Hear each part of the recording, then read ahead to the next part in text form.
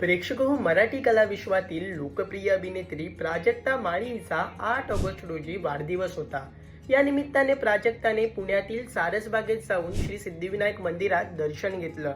यानंतर प्राजक्ताने सोशल मीडियावर काही फोटो शेअर करत आणि पोस्ट लिहित आयुष्यातील महत्त्वाचा निर्णय घेत असल्याची माहिती चाहत्यांना दिली। त्यामुळे प्राजक्ता माळी हिने नेमका कोणता निर्णय घेतला, तिच्या या निर्णयामागचं कारण काय आहे हे जाणून घेण्यासाठी लोकमत फिल्मीचा हा व्हिडिओ शेवटपर्यंत नक्की पहा। प्रेक्षको, प्राजक्ता माळी हिने पुण्यातील सारसबागेत जाऊन श्री सिद्धिविनायक मंदिरात आणि आई तळजाई मातेचं दर्शन घेतलं। या मंदिरातील फोटोज प्राजक्ताने सोशल मीडियावर शेअर केले आणि पूर्णपणे विघन होत असल्याचे जाहीर केले। सोशल मीडियावर फोटो शेअर करत प्राजक्ता माळी लिहिते की आज सकाळी श्री सिद्धिविनायक आणि आई तळजाई मातेचं दर्शन घेतलं आणि या क्षणापासून मी विघन होण्याचा निर्णय घेतला आहे। मर्जीने नाही तर सक्तीने। माझं शरीर दूध आणि दुग्धजन्य पदार्थ स्वीकारत नाही आहे, त्यामुळे मला सतत खोकला येत होता। परिणामी मी कॉफी आणि चहाला नकार दिला। आश्चर्य वाटून घेऊ नका, माझे शरीर सर्व तामसिक गोष्टी नाकारत आहे, त्यामुळे मी अधिकृतपणे आतापासून क्रूरतामुक्त झाले आहे। फक्त काही खोटं बोलणाऱ्या आणि फसवणाऱ्या लोकांना वगळता। ही पोस्ट वाचून चाहत्यांनी कमेंट्स करून प्राजक्ताला वाढदिवसाच्या शुभेच्छा दिल्या आहेत, तसेच तिने घेतलेल्या निर्णयाचं कौतुकही केलं आहे। एकाने कमेंट करत लिहिलंय की great decision, I left tea and coffee 15 years ago, my stomach and mind are at peace. एक जण लिहितात की welcome to the vegan family. प्रेक्षको, मराठीसह हिंदी कला विश्वातील लोकप्रिय जोडी रितेश आणि जेनेलिया देशमुख यांनी विघन होण्याचा निर्णय आधीच घेतला आहे। प्रेक्षको, रितेश आणि जेनेलिया देशमुख यांनी वैयक्तिक कारणासाठी मांसाहार सोडला आहे। दोघंही शुद्ध शाकाहारी असण्यासह विघनही आहेत।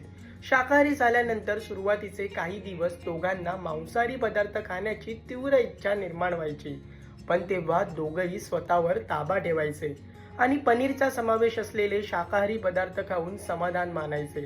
त्यानंतर अमेरिकेत गेल्यानंतर प्लांट बेस्ड मीटची माहिती त्यांना मिळाली आणि मांसाहारी पदार्थांसारखी चव असणारे प्लांट बेस्ड मीटचे शाकाहारी पदार्थ दोघांना प्रचंड आवडले।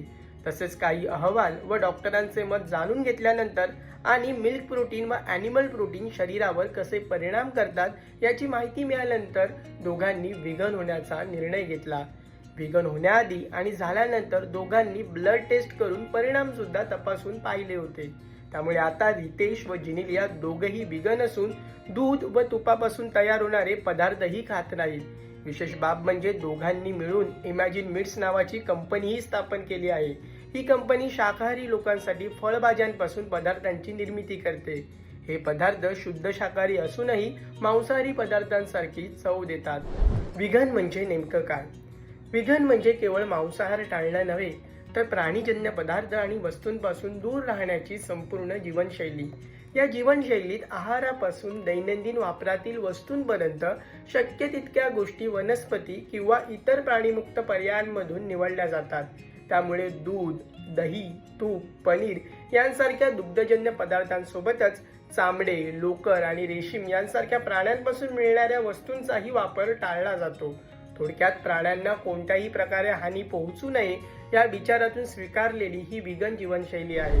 प्रेक्षको, हा व्हिडिओ तुम्हाला कसा वाटला? विघन जीवनशैलीबाबत तुमचं मत काय हे आम्हाला कमेंट करून नक्की कळवा आणि मनोरंजन क्षेत्रातील महत्त्वाच्या घडामोडी जाणून घेण्यासाठी लोकमत फिल्मीला सबस्क्राईब करायला विसरू नका। पाहत रहा लोकमत फिल्मी।